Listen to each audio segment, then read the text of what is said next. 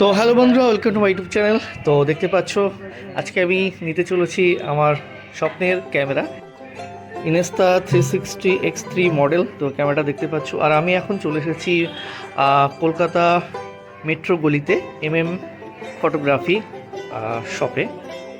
তো এটা হচ্ছে স্টিক্স, আর দেখতে পাচ্ছ এটা আমার সেই ক্যামেরা।